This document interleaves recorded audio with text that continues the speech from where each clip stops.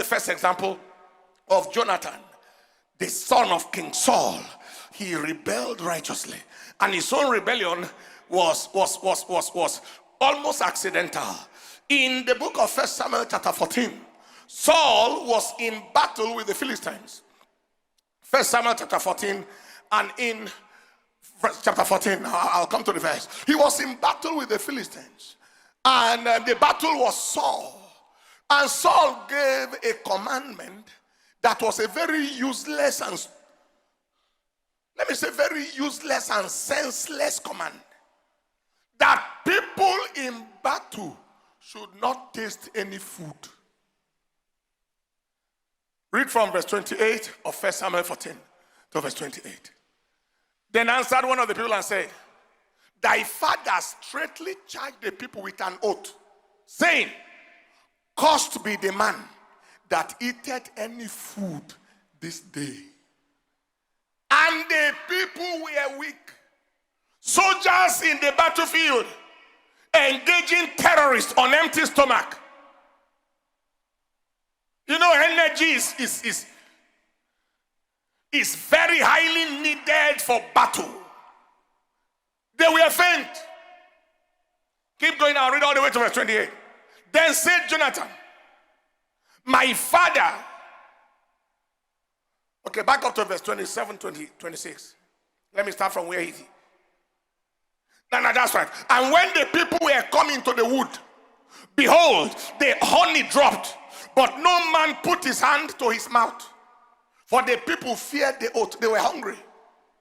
But Jonathan had not when his father charged the people with the oath.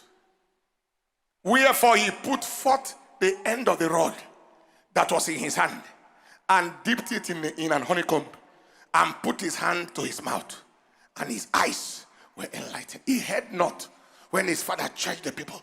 There are some things it was better you didn't hear it. There are some laws that you didn't need to hear.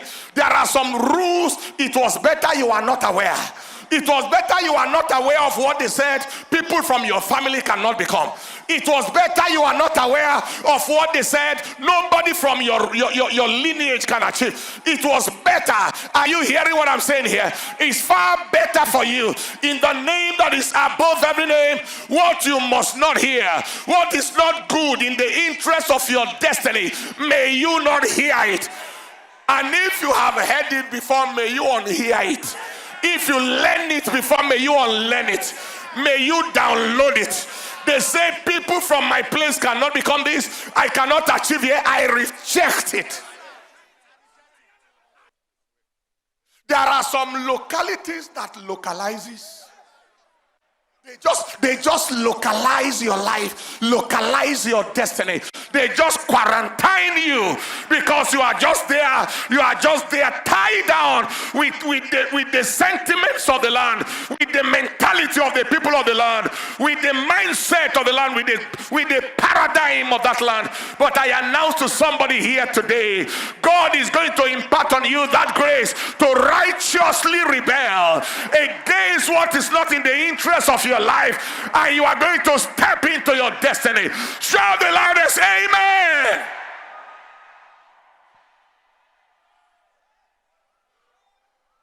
Take your seat in the presence of the Lord. That was Jonathan. I'm reading all the way to verse 31.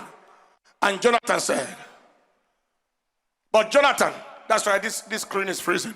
But Jonathan had not when his father charged the people with the oath.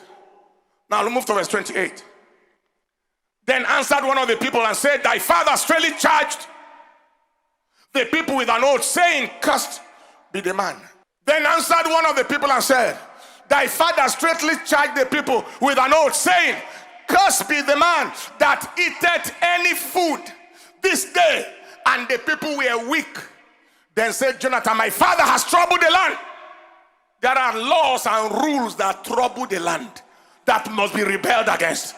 Anything that troubles the land, anything that weakens your resolve, anything that weakens your vision, anything that weakens your energy is qualified to be rebelled against. Hey!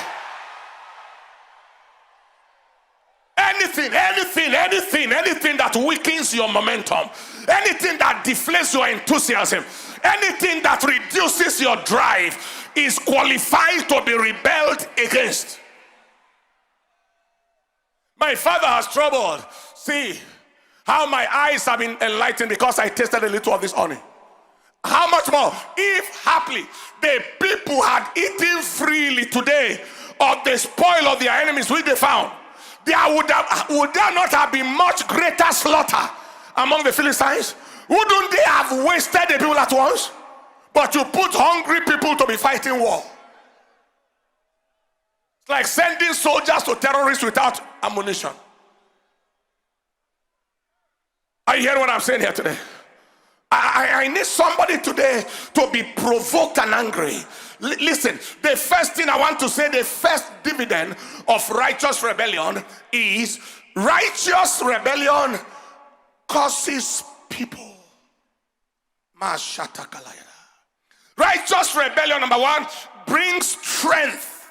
That is what we are learning from Jonathan. It brings strength and averts casualty in life's battles. It imparts strength.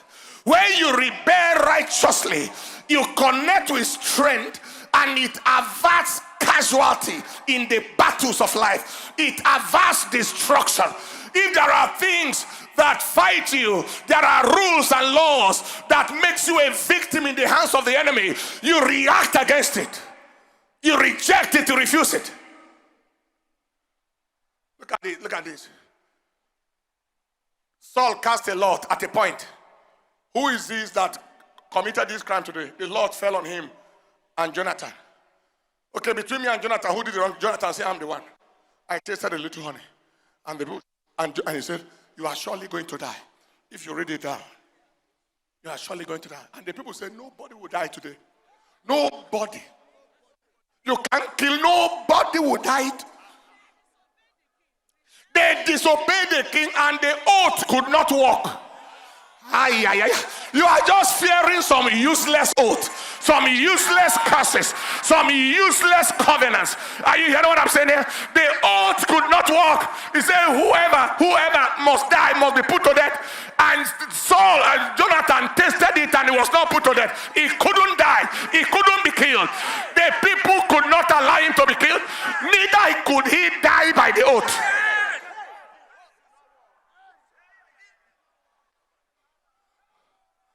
When the oath is not righteous, it cannot work. Hey! When the curse is not righteous, it cannot work. When the covenant is ungodly, it cannot work. Don't fear any oath or fear any covenant or fear any curse that is unrighteous, because a curse causeless cannot come. Somebody died. All of you, all your brothers, all your siblings, all of you must be at home. Otherwise, another person will die. Where is it written? What kind of useless cause is that? And people are busy fearing. They say if we don't go, if the whole family don't go, all the children don't go, another person will die. Where is it written? And if you can make up your mind and say, I dare the devil, I am not going, nobody is going. Let's see who will die. It's the devil that will die.